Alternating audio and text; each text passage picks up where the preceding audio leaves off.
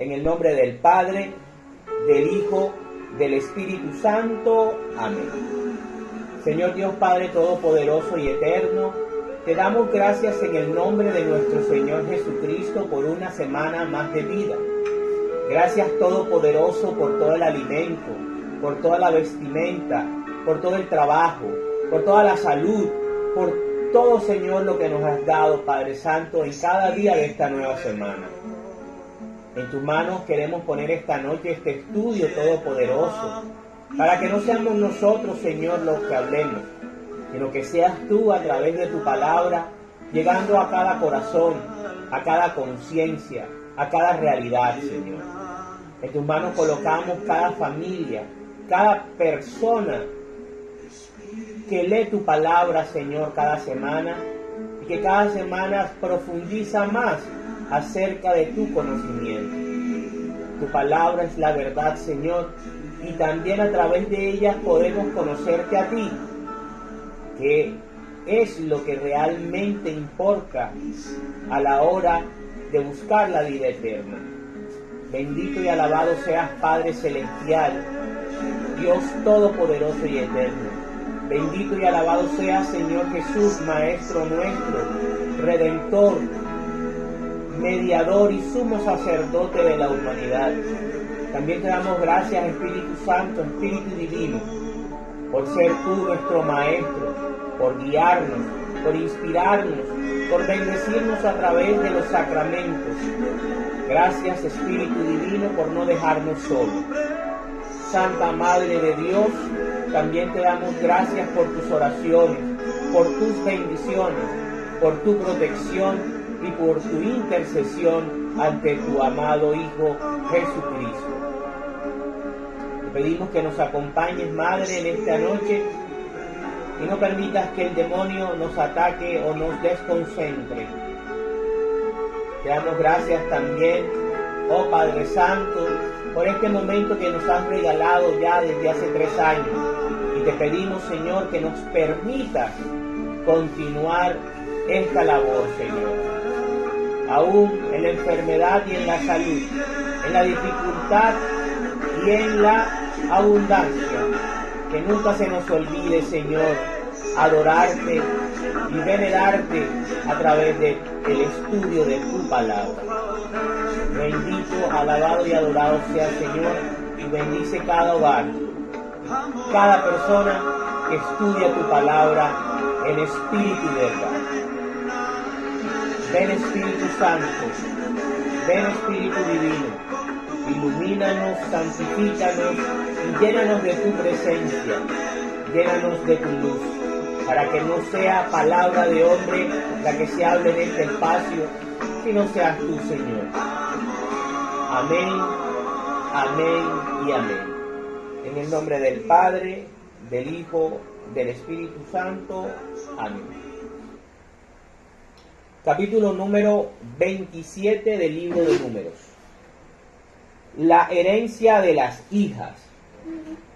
En la tribu de Manasés había 5 hermanas que se llamaban Malá, Noá, Ogla, Milca y Tirsá. Eran hijas de Zelofat, descendientes directas de Efer, Galaad, Maquir, Manasés y José. Estas 5 hermanas fueron a la entrada de la tienda del encuentro para hablar con Moisés y el sacerdote Eleazar y con los jefes de la comunidad, y les dijeron: nuestro padre murió en el desierto, pero él no pertenecía al grupo de Coré, que se rebeló contra el Señor. Murió a causa de su propio pecado y sin dejar hijos varones. Pero no es justo que el nombre de nuestro padre desaparezca de su clan simplemente porque no tuvo un hijo varón. Danos una porción de tierra a nosotras entre los hermanos de nuestro padre. Moisés presentó al Señor el caso de estas mujeres, y el Señor le respondió: las hijas de Zelofat tienen razón. asígnales una porción de tierra entre los hermanos de su padre, y que la herencia de su padre pase a ellas.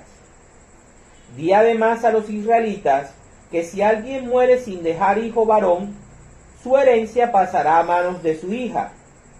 Pero si no tiene ninguna hija, dejará su herencia a sus hermanos. Y si no tiene hermanos, dejará su herencia a los hermanos de su padre.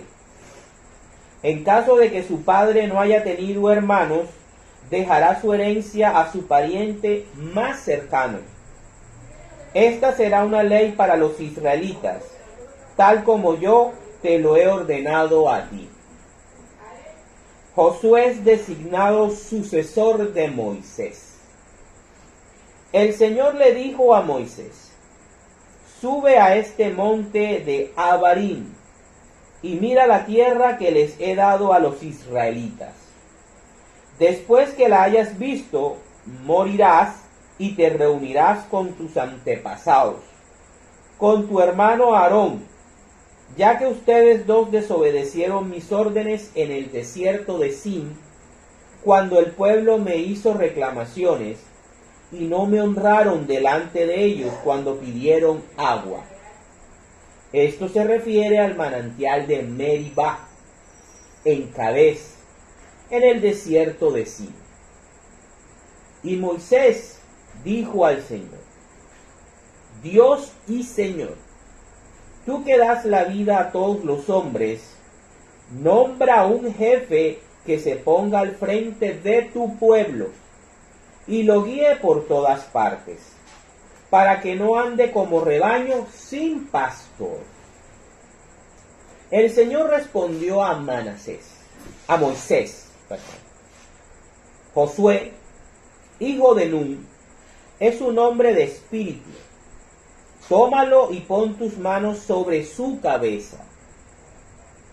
Luego, preséntalo ante el sacerdote Eleazar y ante todo el pueblo, y dale el cargo delante de todos ellos. Pon sobre él parte de tu autoridad, para que todo el pueblo de Israel le obedezca. Pero Josué deberá presentarse ante el sacerdote Eleazar, y Eleazar me consultará en su nombre por medio del Urim. Josué será el que dé las órdenes a los israelitas para todo lo que hagan. Moisés hizo tal como el Señor se lo había ordenado. Tomó a Josué y lo presentó ante el sacerdote Eleazar y ante todo el pueblo. Le puso las manos sobre la cabeza y le dio el cargo. Moisés hizo tal como el Señor se lo había ordenado. Tomó a Josué y lo presentó ante el sacerdote Eleazar y ante todo el pueblo.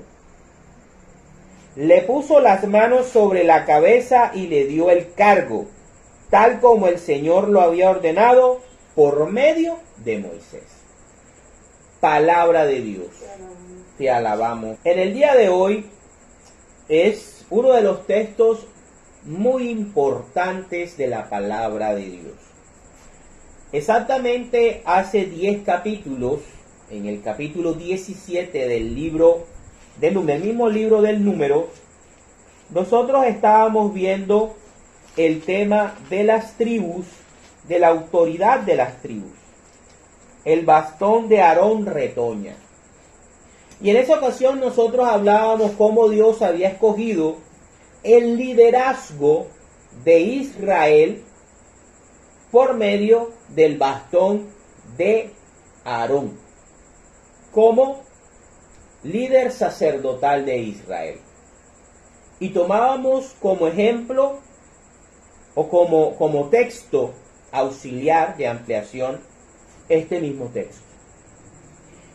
El capítulo número 27 empieza con el reclamo justo de las hijas de Zelofat, que era un israelita descendiente de la tribu de Manasés, que había muerto sin haber dejado un hijo varón. Según la costumbre y tradición mayoritaria de Israel, la herencia se traspasaba o se transmitía por medio de los hijos varones. Pero en este caso, este hombre había muerto, como dicen sus propias hijas, 5, por sus propios pecados. Ellas tratan de aclarar de que su padre no murió como producto de la rebelión de Coré. No. Estas mujeres están preocupadas porque el nombre de su padre no desaparezca de la herencia de Israel. Y van justamente, en vez de murmurar, en vez de hacer malas acciones, se dirigen al mediador de Israel. Se dirigen al mediador de Israel, que es Moisés. ¿Para qué? Y a Eleazar, con el fin de que ellos puedan solucionar el problema, darle una solución justa. Y Moisés no toma una decisión por sí mismo, sino que va y consulta al Señor. Y el Señor, agradado con el acto de estas mujeres, que no queriendo que el nombre de su padre desaparezca de la herencia de Israel, les da la razón. Y establece esta norma o esta ley en la cual le ordena a Moisés como mediador, como máximo líder del pueblo de Israel, que le dé dentro de las propiedades que le iba a otorgar a Manasés, le diera a estas mujeres una porción de tierra. Pero algo muy importante, estas mujeres son mujeres de fe. ¿Y por qué son mujeres de fe? Porque ellos todavía no habían obtenido la tierra. O sea, la tierra apenas la estaban visualizando. Todo estaba todavía en promesa.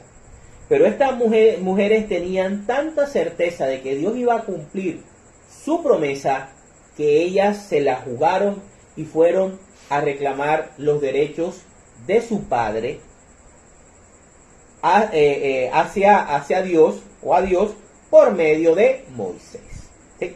Entonces aquí podemos ver cómo Moisés es el líder mediador del pueblo de Israel, es el guía. Fíjense cómo una situación conflictiva ser solucionada de manera definitiva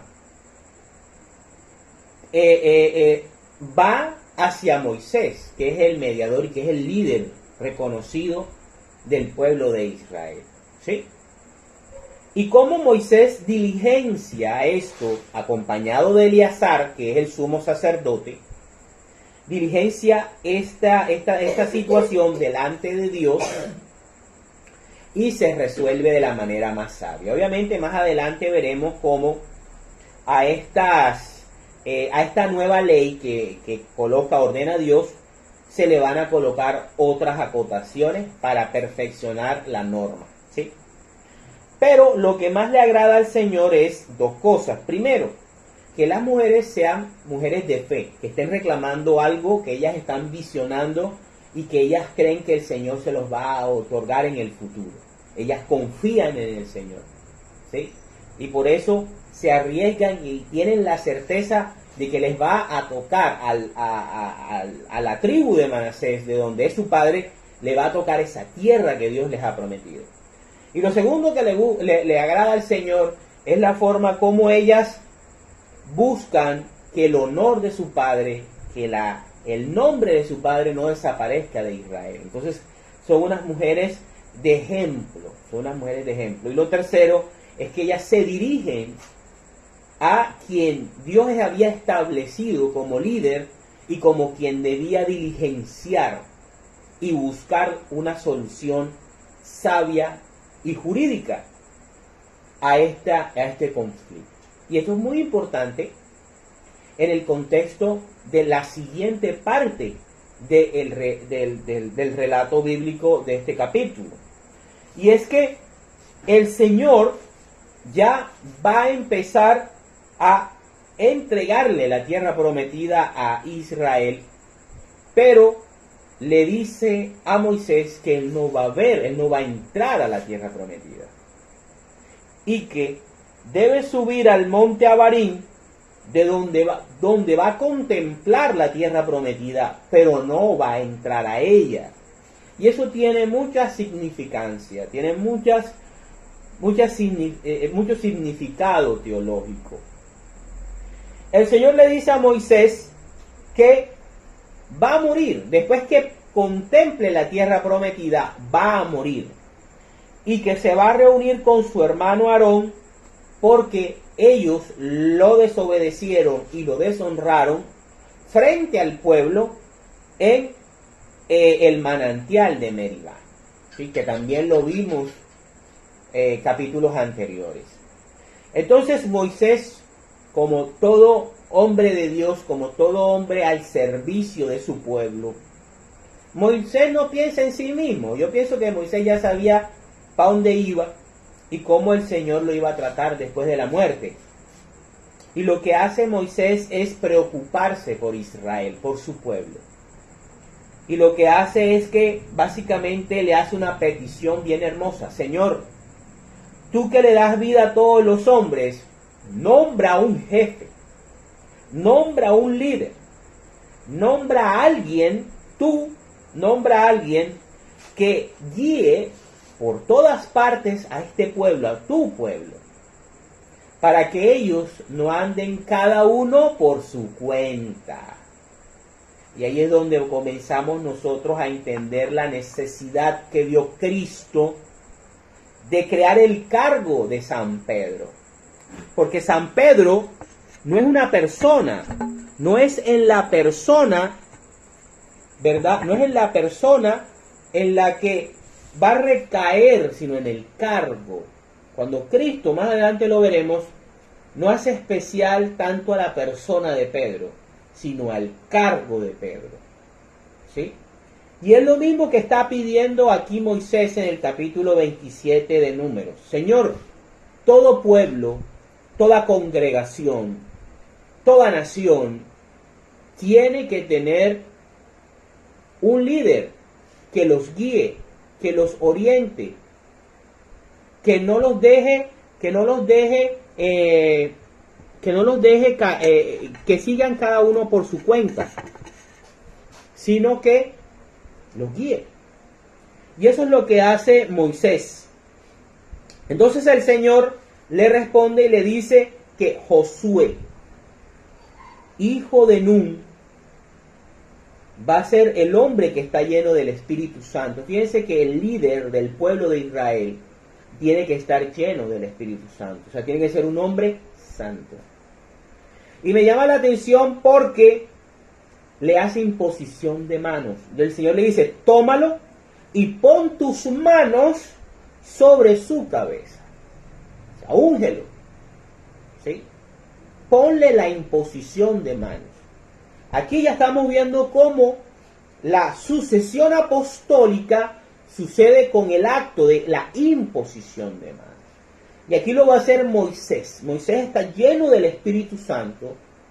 Moisés está lleno del Espíritu de Dios. Recuerden cuando lo recibió en el monte Sinaí.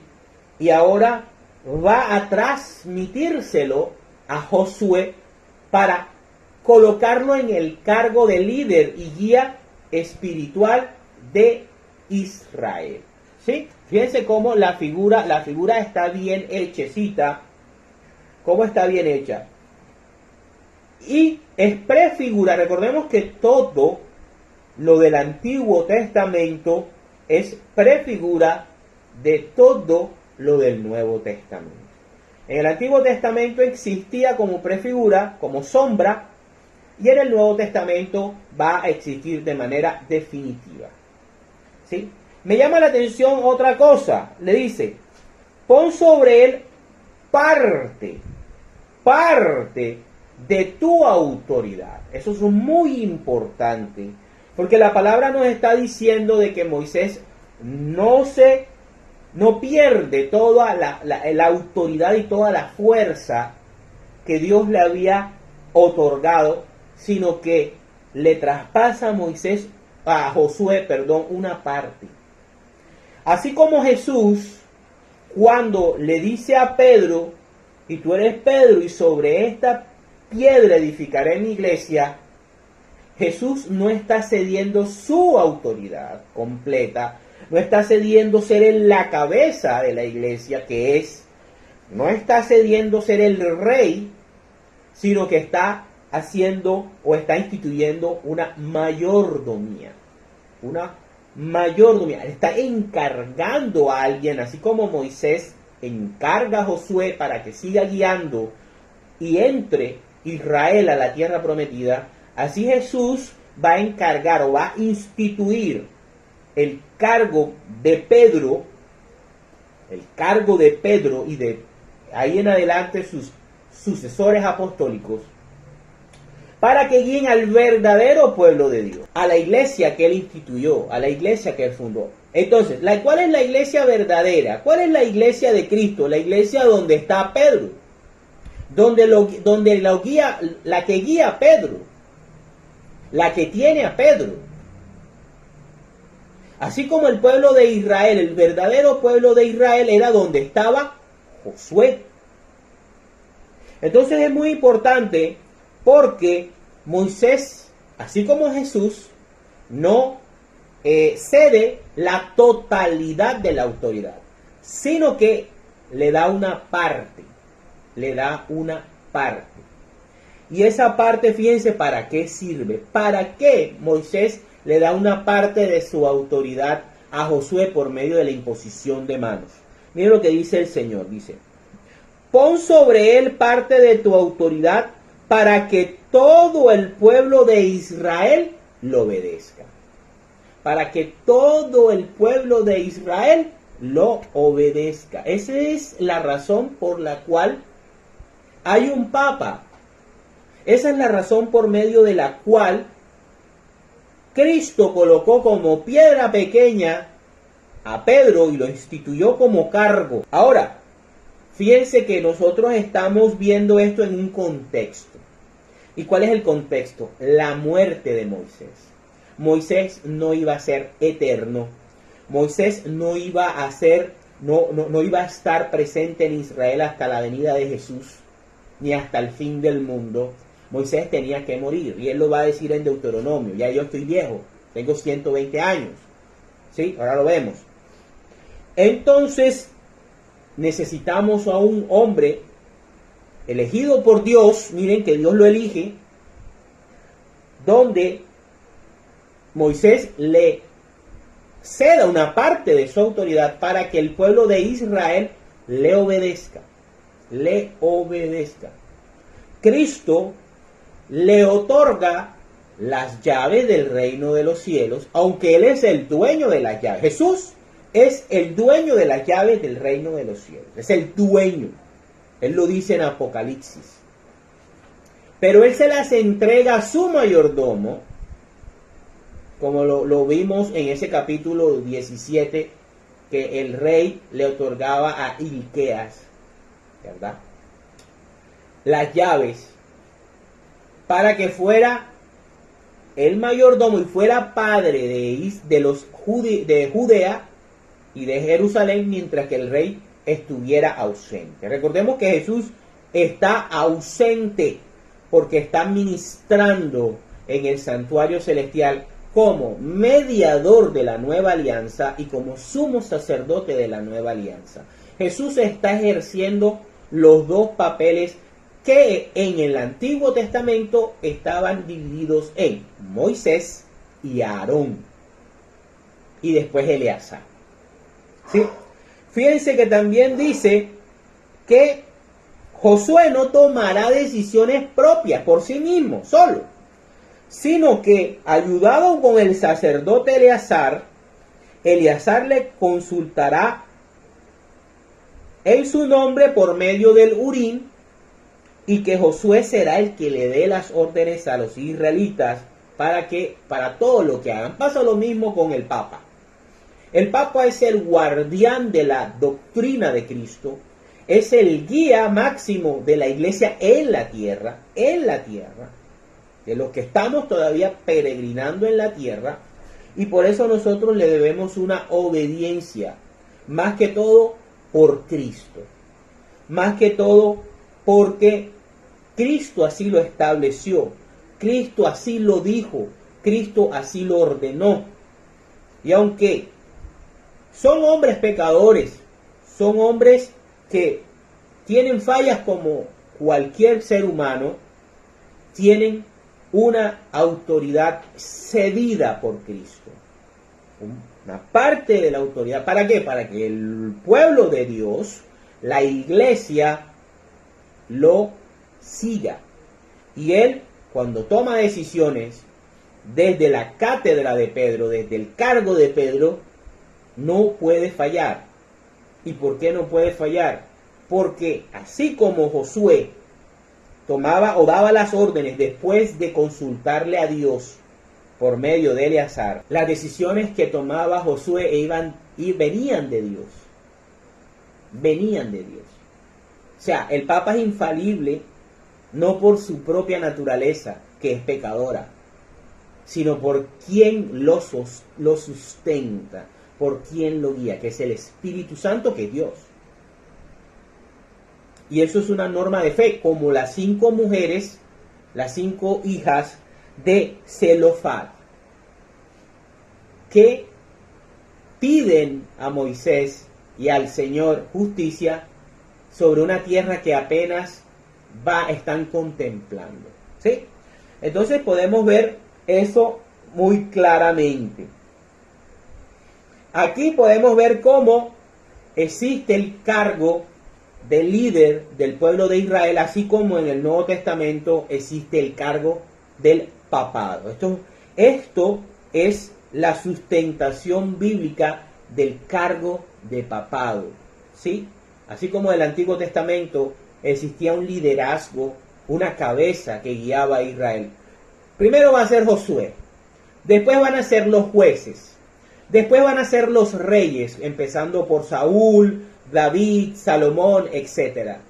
Después van a ser los sumos sacerdotes, ¿sí? Cuando regresen de Babilonia, Zorobabel, etcétera, etcétera, hasta llegar a Cristo. Y de Cristo pasaremos a Pedro, y de Pedro a Francisco. Todo es bíblico, todo tiene coherencia, todo tiene razón de ser, para la gloria de Dios. Vamos ahora a ver cómo en Deuteronomio, cómo Josué queda encargado de guiar a Israel. Vámonos a Deuteronomio, capítulo 31, ya casi terminando el libro de Deuteronomio. Versículos del 1 al 8.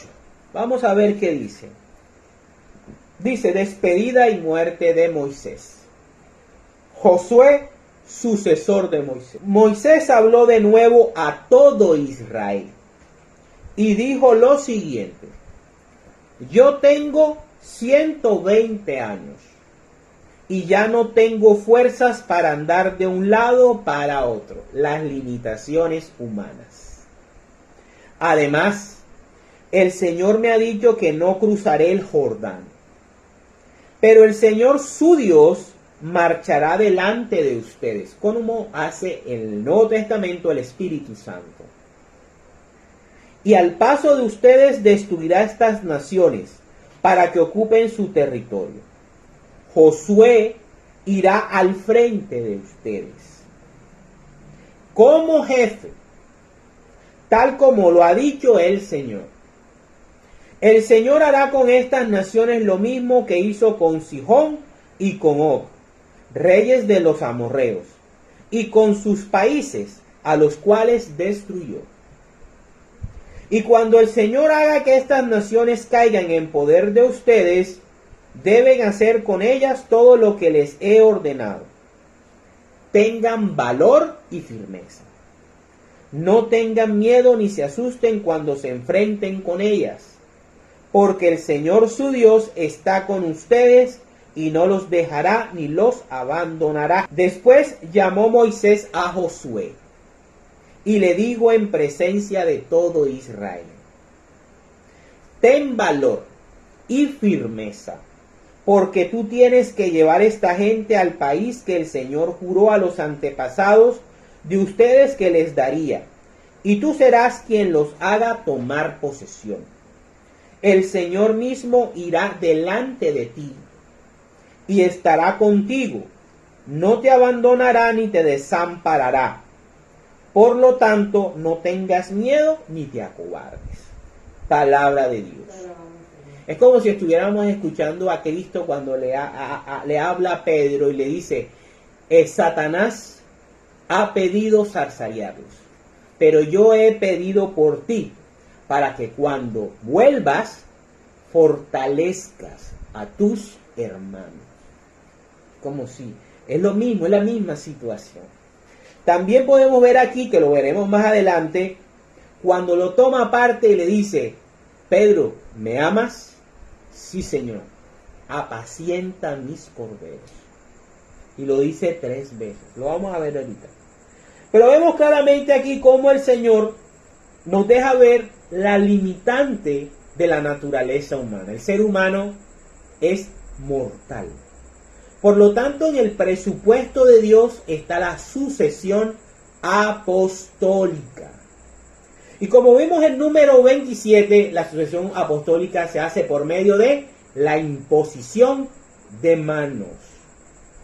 No se hace estando en un bosque viendo pajaritos y esperando que se aparezcan de la nada demonios y te digan que tienes que crear una nueva iglesia. No, así no funciona. Bíblicamente eso no es así. Ok, vamos ahora a cómo Josué lleva a cabo el encargo una vez que Moisés ha muerto. Vámonos a Josué capítulo 1, versículos del 1 al 9. Dios llama a Josué. Después que murió Moisés, el siervo del Señor, habló el Señor con Josué, hijo de Nun, y ayudante de Moisés, y le dijo: como mi siervo Moisés ha muerto, ahora eres tú quien debe cruzar el Jordán con todo el pueblo de Israel, para ir a la tierra que voy a darles a ustedes, tal como se lo prometí a Moisés. Yo les daré toda la tierra en donde ustedes pongan el pie. Les daré el territorio que va desde el desierto y la sierra del Líbano hasta el gran río Éufrates, con todo el territorio de los hititas y hasta el mar Mediterráneo. Nadie te podrá derrotar en toda tu vida. Y yo estaré contigo así como estuve con Moisés. Y yo estaré sin dejarte ni abandonarte jamás. Llevamos 266 o 267 papas desde el siglo I hasta el siglo XXI y hemos soportado edad antigua, edad media, renacimiento, edad moderna, edad contemporánea, edad postcontemporánea y la edad actual, con todas las amenazas, los peligros, 2 guerras mundiales, bombas atómicas, mejor dicho. Dice: ten valor y firmeza. Eso es lo que se les pide a ustedes los católicos. Tengan valor, sean firmes en su fe, cuiden como la niña de sus ojos su fe que recibieron en el bautismo. No se sientan avergonzados de ser católicos, no se sientan avergonzados de sus creencias, no se sientan avergonzados de la Trinidad, de Cristo, de la Eucaristía, de el sacramento de la confesión. No sientan pena del crucifijo, del Santo Rosario, de la Santísima Virgen María, del catecismo, de todos los papas que hemos tenido. hayan sido buenos o malos, ¿verdad? Ten valor y firmeza que tú vas a repartir la tierra a este pueblo, pues es la herencia que yo prometí a sus antepasados. Lo único que te pido es que tengas mucho valor y firmeza y que cumplas toda la ley que mi siervo Moisés te dio. Cúmplela al pie de la letra para que te vaya bien en todo lo que hagas. Repite siempre lo que dice el libro de la ley de Dios y medita en él de día y de noche para que hagas siempre lo que éste ordena. ¿Cuál es la función principal del Papa? Cuidar la doctrina de Cristo. Él es el primer defensor de la doctrina de Cristo. Él no puede estar jugando, inventándose cosas o cambiando a petición o a moda del mundo. Él debe cuidar y proteger las leyes y los mandamientos que Cristo estableció, las tradiciones, la liturgia, todo lo que Cristo dejó instituido. El Papa es el primero que debe defenderlo con su vida, con su vida.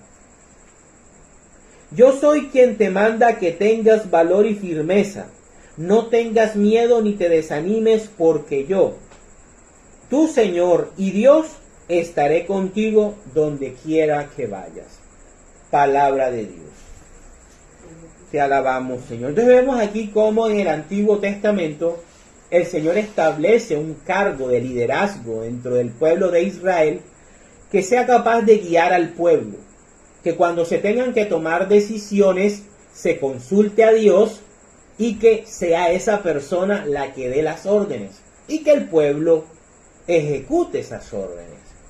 También vemos cómo ese líder tiene que meditar día y noche la palabra de Dios, la ley de Dios, y debe transmitirla y repetirla sin cambiarla.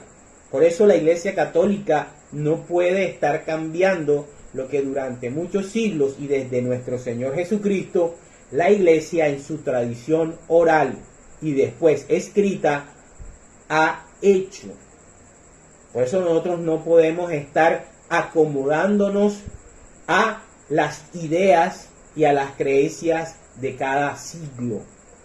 Tenemos que mantenernos firmes hasta que el Señor regrese y retorne. ¿Por qué? Porque Él es el camino, la verdad y la vida. Ya le estableció un camino y eso hay que seguirlo, sin desviarnos a izquierda o a derecha porque fulanito tuvo un sueño, porque sutanito se le apareció Morón y quien sea, o porque el otro, o porque este en un campamento se unió con otros 3 y ya fueron iluminados. No. Hay una persona encargada por Dios y establecida por el mismo Señor Jesucristo que tiene una sucesión apostólica, teniendo en cuenta que cada líder tiene una vida limitada y que en algún momento tiene que morir y debe sucederlo apostólicamente otro ungido por Dios. Vamos a ver cómo esto ocurre en el Nuevo Testamento. Vamos a ver cómo Jesús prepara su iglesia. Vamos a ver San Mateo, capítulo 16, versículos del 13 al 20. La institución del cargo de papado. Aquí está el papado como el Señor Jesucristo, con la autoridad que el Padre le dio en el cielo y en la tierra, establece e instituye el cargo de papa, que nosotros lo conocemos como la silla de Pedro. Cuando Jesús llegó a la región de Cesarea de Filipo, preguntó a sus discípulos: ¿quién dice la gente que es el Hijo del Hombre? Ellos contestaron: algunos dicen que Juan el Bautista, otros dicen que Elías, y otros dicen que Jeremías o algún otro profeta. ¿Y ustedes quién dicen que soy? Les preguntó. Simón Pedro le respondió: tú eres el Mesías, el Hijo del Dios viviente. Entonces Jesús le dijo: dichoso tú, Simón, hijo de Jonás. Josué, hijo de Nun, porque esto no lo conociste por medios humanos, sino porque te lo reveló mi Padre que está en el cielo.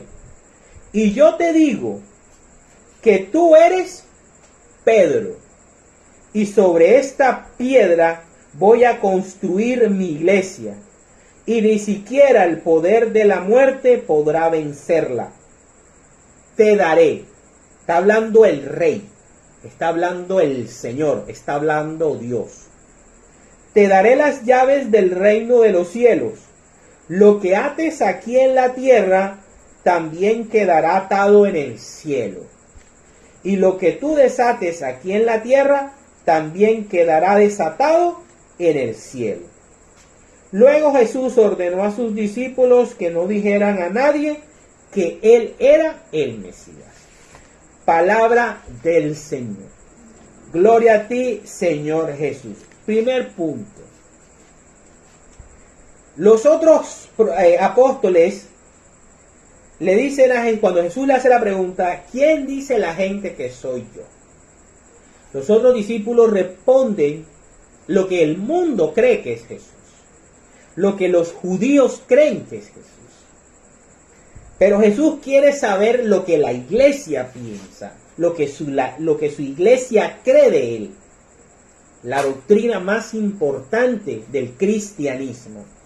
Y es Pedro, tomando la vocería y el liderazgo de los apóstoles como la iglesia, quien establece la doctrina más importante del cristianismo. El cristianismo no podría existir como religión y como doctrina de fe sin esta perla. Esta es la perla más importante del cristianismo. Y la confiesa, es una confesión de fe lo que hace Pedro, lo que hace el cargo de papado. ¿Qué es lo que tiene que hacer el papado? El papado tiene que defender esta verdad por encima de todo. Tú eres el Mesías, o sea, el ungido, el enviado, el Hijo del Dios viviente. El Papa, en sus 266 o 267 generaciones o sucesiones, siempre ha defendido que Cristo es el Hijo de Dios Altísimo, siendo también el Dios mismo. Las otras religiones que se llaman cristianas establecen a Cristo primero como un solo ser que se disfraza dependiendo de la ocasión o de lo que quiera hacer, como los pentecostales, ¿sí?, que no creen en la Trinidad. Los testigos de Jehová creen que Jesús es un Dios pequeño, pero que no es la deidad, que no es Dios puro. Y los mormones creen que Jesucristo es hermano de Satanás. Fíjense cómo la doctrina sí es importante y no hablan lo mismo. No es que yo los acepto en la casa porque venimos a hablar de lo mismo de Dios. No. Porque la doctrina que ellos enseñan es totalmente diferente. La doctrina que defiende Pedro es esta. Cristo es el Mesías, el ungido. Cosa que los judíos no aceptan. Yo no entiendo cómo hay sectas o congregaciones o denominaciones cristianas que veneran a Israel, cuando Israel no acepta a Jesús, no lo acepta. Para ellos Jesús fue un loco, un profeta que inventó otra religión. Pero no es su ungido ni es su Mesías. Ellos no lo aceptan. ¿Sí? Entonces vemos aquí cómo Jesús toma parte de su autoridad y se la cede a Pedro, pero no a Pedro como persona, sino Pedro como cargo, como un cargo.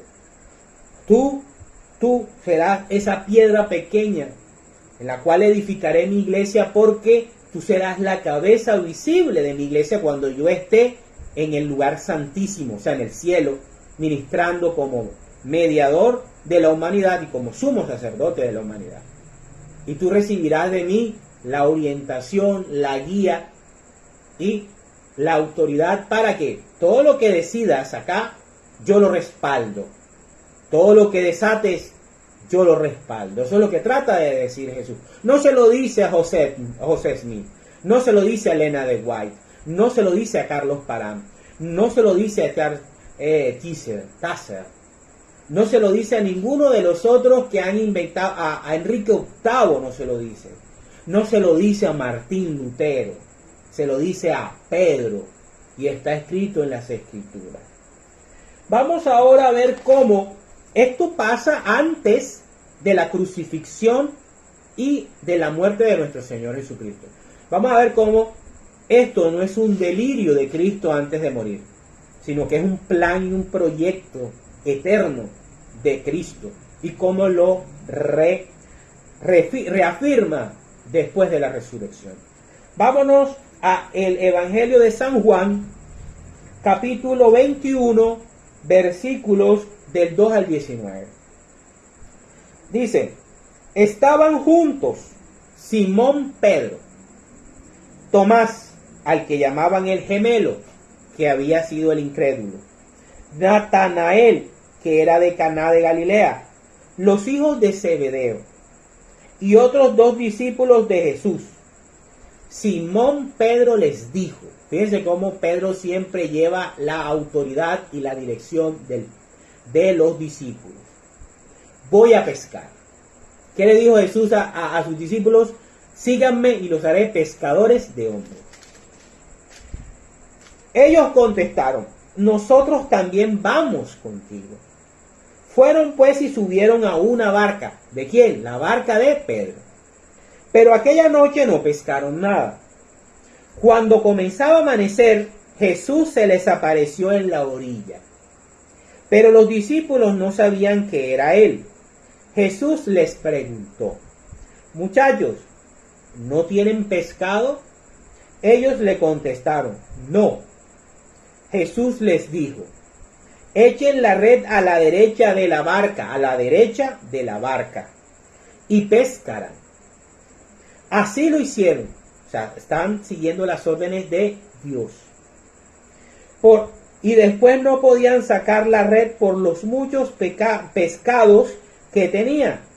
Entonces el discípulo a quien Jesús quería mucho, le dijo a Pedro, es el Señor. Apenas oyó Simón Pedro que era el Señor, se vistió porque estaba sin ropa. Estaba desnudo. Y se tiró al agua. Los otros discípulos llegaron a la playa con la barca, arrastrando la red llena de pescados, pues estaba a 100 metros escasos de la orilla. Al bajar a tierra encontraron un fuego encendido. ¿Quién enciende el fuego? Cristo. ¿Cuál es el fuego encendido? El Espíritu Santo. Baja con un pescado encima y un pan, que es el símbolo del cristianismo, el pescado y el pan. El pan es la Eucaristía, ojo. Jesús les dijo, traigan algunos pescados de los que acaban de sacar. Simón Pedro subió a la barca. ¿Sabe quién era la barca? De Simón. Y arrastró hasta la playa la red llena de grandes pescados. Él solito. Aquí el evangelista, miren lo que dice. Que los otros tuvieron que con dificultad arrastrar la barca porque la red estaba repleta de peces. Y Pedro sube a su propia barca y la arrastra él solo. ¿Por qué? Llena de grandes pescados. 153. Ese número tiene una simbología especial y teológica. Aunque eran tantos, la red no se rompió. Aunque somos muchos católicos, la red no se rompe. ¿Quién la guía? Pedro. ¿Quién es Pedro ahora? Francisco. Jesús les dijo, vengan a desayunar. Ninguno de los discípulos se atrevía a preguntarle quién era, porque sabían que era el Señor. Luego Jesús se acercó, tomó en sus manos el pan y se lo dio a ellos. ¿Eso cómo se llama? Eucaristía. Lo mismo hizo con el pescado. Esta fue la tercera vez que Jesús se apareció a sus discípulos después de haber resucitado. Ahora viene lo bueno, ahora viene lo bacano. Terminado el desayuno, o sea, la Eucaristía, Jesús le preguntó a Simón Pedro, ahí no dice Tomás, ahí no dice Natanael, ahí no dice Juan, ahí no dice Santiago, ahí no dice Bartolomé, dice Pedro. Simón, hijo de Juan, Josué, hijo de Nun, ¿me amas más que estos? Pedro le contestó, sí, Señor, tú sabes que te quiero. Jesús, que es el Mesías, el Hijo del Dios viviente, le dijo, cuida de mis corderos. Cuida de mis corderos. No se lo está diciendo a Joseph Smith, no se lo está diciendo a Elena de White, no se lo está diciendo a Carlos Parán, no se lo está diciendo a Martín Lutero, no se lo está diciendo a Enrique VIII o a Juan Calvino, se lo está diciendo a Pedro. Volvió a preguntarle, Simón, hijo de Juan, ¿me amas? Pedro le contestó, sí, Señor, tú sabes que te quiero. Jesús le dijo, cuida a mis ovejas. Por tercera vez le preguntó, Simón, hijo de Juan, ¿me quieres? Pedro, triste porque le había preguntado por tercera vez si lo quería, le contestó, Señor, tú lo sabes todo, tú sabes que te quiero. Jesús le dijo, cuida de mis ovejas. Esa es la función principal de Pedro, cuidar de las ovejas. Pero hay unas ovejitas bastante inquietas que quieren hacer lo que se le da la gana y se salen del rebaño. Y ahí Pedro no puede hacer nada. Te aseguro que cuando eras más joven te vestías para ir a donde querías, pero cuando ya seas viejo extenderás los brazos y otro te vestirá y te llevará donde no quieras ir. Al decir esto, Jesús estaba dando a entender de qué manera Pedro iba a morir y a glorificar con su muerte a Dios. Después le dijo, sígueme. Palabra de Dios. Ahora vamos a ver cómo Pedro ejecuta y ejerce su liderazgo.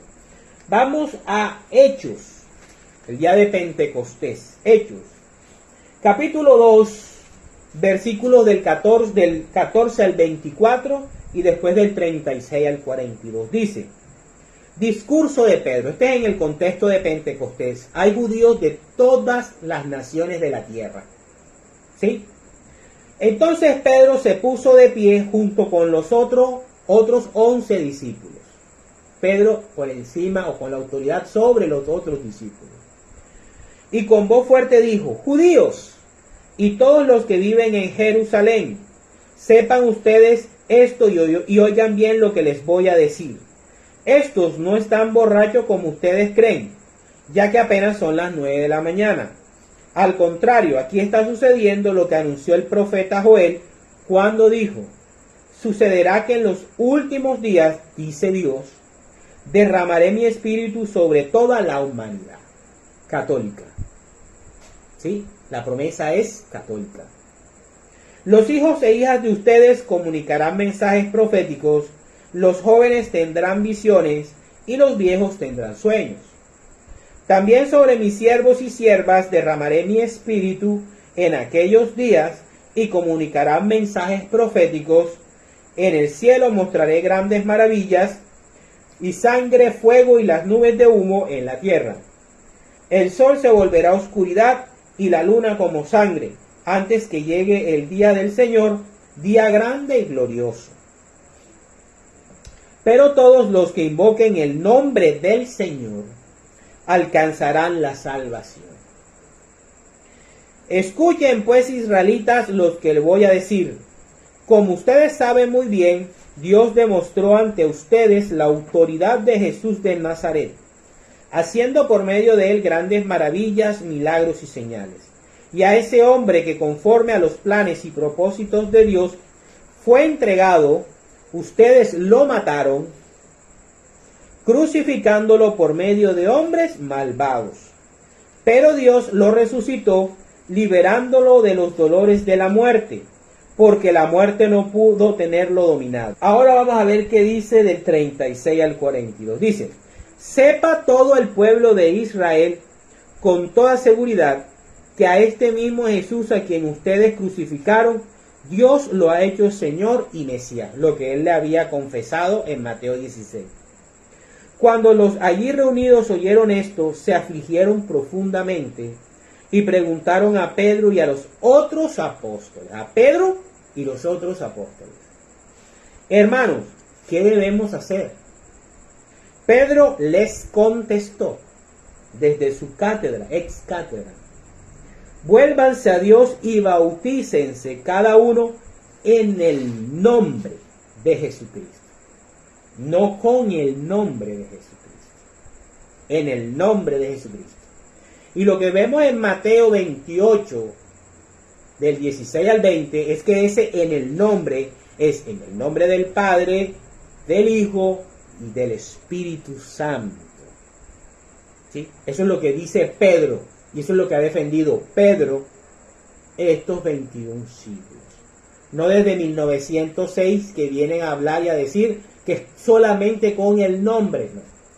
En el nombre es con la autoridad de Cristo, para que Dios les perdone sus pecados y así les dará el Espíritu Santo, porque esta promesa es para ustedes y para sus hijos. Por eso bautizamos a los niños pequeños, y también para todos los que están lejos, es decir, para todos aquellos a quienes nuestro Señor Dios quiera llamar.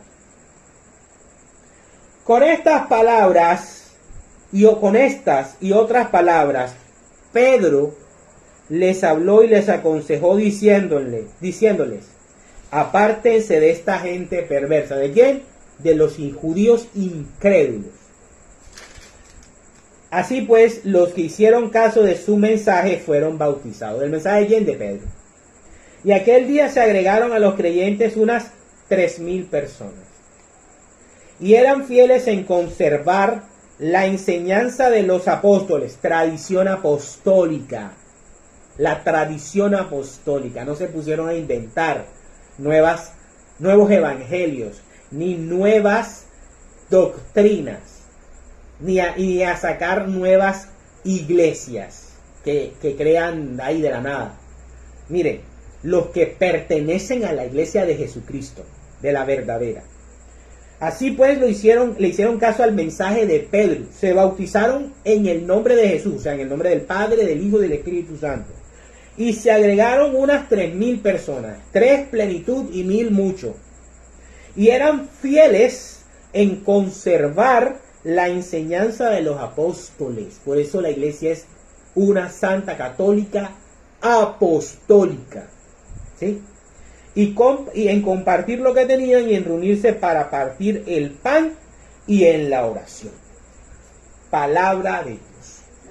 Entonces ahí podemos ver cómo Dios sí estableció, cómo Cristo estableció para el Nuevo Testamento un líder. Ese líder bíblicamente y tradicionalmente se llama Papa o sucesor apostólico del apóstol San Pedro, para la gloria de Dios. En el nombre del Padre, del Hijo, del Espíritu Santo.